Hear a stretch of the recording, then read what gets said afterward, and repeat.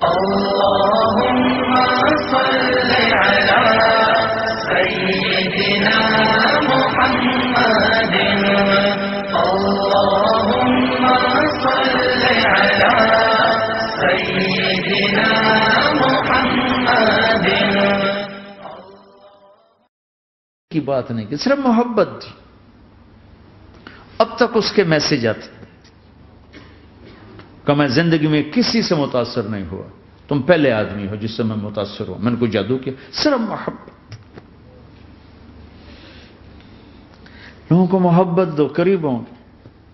میں جب گیا بڑی مشکل سے اللہ نے, ملاقات کا کوئی راستہ ہی نہیں تھا, وہ مجھے نہیں جانتا تھا, میں اسے نہیں جانتا تھا, تو کوئی موقع نہیں مل رہا تھا ملاقات کا. تو اللہ نے شاہد آفریدی کو بھیج دیا. شاہد آفریدی اس کی دوستی تھی, ہمارا جو کرکٹر ہے. میں نے اس سے فون پر کہا یار میری ملاقات تو کرا. اس نے ملاقات کروائی. تو اس نے مجھے کہا آدھا گھنٹہ ہے, آدھا گھنٹہ. جب میں پہنچا میکسیمم پونا گھنٹہ. میں کہا ٹھیک. میں گیا تو وہ سہما ہوا چہرہ کہ بھئی مولانا آ گیا, پتہ نہیں کیا کہیں گے, بھئی یہ تو کیا کر رہا ہے, تو حرام کر رہا ہے, ناچ رہا ہے, گا رہا ہے, توبہ کر, ابھی تیرے لیے دوزخ کا فیصلہ ہو جائے. پتہ نہیں کیا ہو, وہ ڈرا ہوا سہما ہوا تھا. تو میرا ایک دور کالج لائف تھا. میرے اللہ نے مجھے ہدایت دی اور میں 3 دن کے لیے میں اس دوست کو, اس کی نسلوں کو دعائیں دیتا ہوں جو مجھے زبردستی پکڑ کے لے گیا. نہ میرا تبلیغ سے کوئی تعلق, نہ واسطہ, نہ میں کوئی ان سے متاثر. ایک لڑکا تھا, بنگالی تھا, گشت کرتا تھا, لیکن میں اس سے ذرا متاثر نہیں ہوا. میرا دوست متاثر ہو گیا تھا, تو میں تو ان کے قریب سے نہیں گزرتا تھا. تو وہ اور میں اسکول میں اکٹھے آ رہے تھے, کالج میں اکٹھے آ رہے تھے.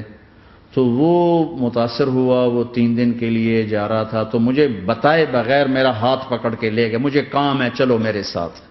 اور میں اس کو انکار نہیں کر سکتا تھا, یہ میرا اس کا تعلق تھا. اب بھی اسی طرح بھائیوں جیسا تعلق.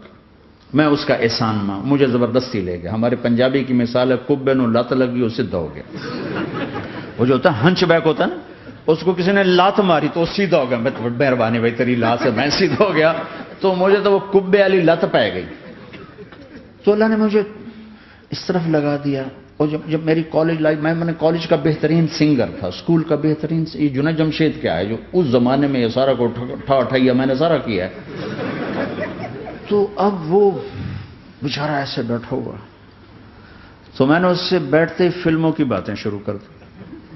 اور تھوڑی دیر بعد کہ میں نے محسوس کیا کہ فرام 60 to 72 جو فلم انڈسٹری کو جتنا میں جانتا تھا اتنا وہ نہیں جانتا تھا. تو اس کے اوپر میرے علم کا روپ پڑ گیا. اس کی لائن کا علم تھا نا. تو حیران پریشان, یہ واز تو ہو رہے. تو کبھی دلیپ کمار کی باتیں شروع ہو گئیں, کبھی راج کپور کی شروع ہو گئی, اور کبھی محبوب صاحب شروع ہو گئے, کبھی مدن موہن شروع ہو گئے. وہ آدھا گھنٹہ تو یوں ہی گزر گیا. تو آدھے گھنٹے کے بعد میں نے کہا جی ہمارا تو ٹائم اوور کا نہیں, اٹھیں چلے ادھر چل کے بیٹھتے. وہ کھانے کی ٹیبل پر تھے تو وہاں جا کے بیٹھ گئے. پھر وہی باتیں شروع ہو گئی. جب اس کا سارا خوف دور ہو گیا اور ریلیکس ہو گیا, اس میں پونے گھنٹے سے 50 منٹ گزر گئے تھے. تو پھر میں نے کہا عامر بھائی آپ حج پہ آئے ہیں, اگر آپ اجازت دیں تو آپ کو اپنے نبی کا حج سنو. کہنے لگے ہاں جی ضرور سنائی. پھر میں 1.25 گھنٹہ بولتا رہا اور وہ ایسے کر کے یہاں سے وہ یوں نہیں ہوا. 1.25 گھنٹہ ایسے بیٹھ کے یوں سنتا, ہلا نہیں اپنی جگہ سے. لوگ محبت کے بھوکے ہیں, تم فتوے دینا شروع کر دیتے. 2 گھنٹے کی ملاقات کے بعد جب ہم نکلے تو نیچے تک چھوڑنے آیا عامر خان. حج کے بعد میں نے کہا ایک ملاقات اور ہو جائے گا, ضرور ہوگی. پھر اس کا میسج آیا کہ میں مدینے چلا گیا ہوں, معذرت چاہتا ہوں. میں نے کہا میں مدینے آ جاؤں گا, میں مدینے پہلے ہو آیا تھا حج سے پہلے. تو اس نے کہا کہ آپ 14 تاریخ کو آ جائیں, 4 سے 6 کا ٹائم میں نے آپ کے لیے رکھا ہے. تو میں جنید اور ایک اور ساتھی ہم دوبارہ وہاں چلے 4 بجے. 4:15 ہم اس کے ساتھ ہماری شوٹنگ شروع ہوئی. 4:15 سے 10:15 تک 6 گھنٹے مسلسل. اور اس کے ماتھے پہ ذرا نشان نہیں آیا کہ میں بور ہو رہا ہوں. اور اس کے بعد ہم اٹھے، اس کا جی نہیں چاہ رہا تھا کہ ہم اٹھ کے چلے جائیں. محبت.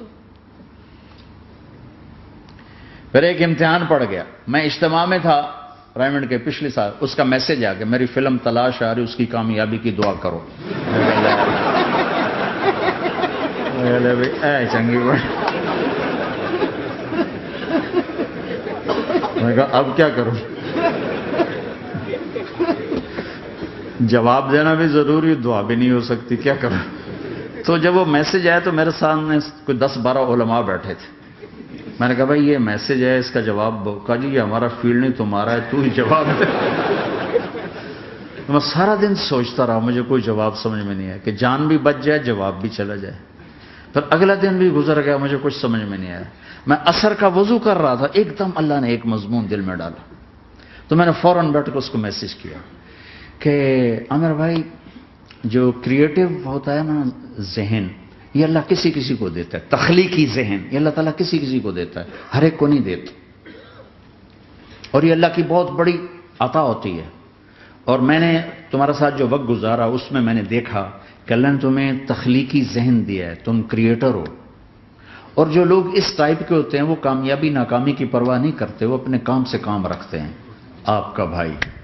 تو فوراً اس کا میسج آیا آپ ٹھیک کہہ رہے ہیں، آپ ٹھیک کہہ رہے ہیں. بات ہو گئی. پھر میں تھا ہانگ کانگ، میں نے وہاں سے اس کو میسج کیا. دیکھو کسی مصروف آدمی کو براہ راست فون نہ کیا کرو، میسج کیا کرو کہ میں آپ کو فون کر سکتا ہوں، چونکہ میں اس کا بہت ستایا ہوا، بہت ستایا. تو میں نے اسے میسج کیا کہ میں طارق جمیل ہانگ کانگ میں آپ کو فون کر سکتا ہوں، میں آپ کو فون کر سکتا ہوں. میں ہمیشہ اسے، اب بھی میرا فون پہ رابطہ ہے، میں پہلے اسے میسج دیتا ہوں میں آپ کو فون کر سکتا ہوں. اگر اس کا جواب نہ ہے پھر میں نہیں کرتا ہوں. کبھی وہ خود کر لیتا ہے، کبھی وہ میسج دے دیتا ہے کال کر لیں. تو تھوڑی دیر بعد اس کا فون آ گیا کیونکہ میں اس وقت دلی میں ہوں، کانفرنس میں تھا. تو میں نے آپ کا میسج دیکھا تھا، میں اٹھ کے باہر آ گیا ہوں، ابھی آپ سے بات کر کے پھر میں جاؤں گا. تو اسے باتیں کرتے کرتے کہنے لگا آپ کی دعا سے میری فلم کامیاب ہو گئی. میں کہا یا اللہ میں کوئی نہیں کی تھی تینوں.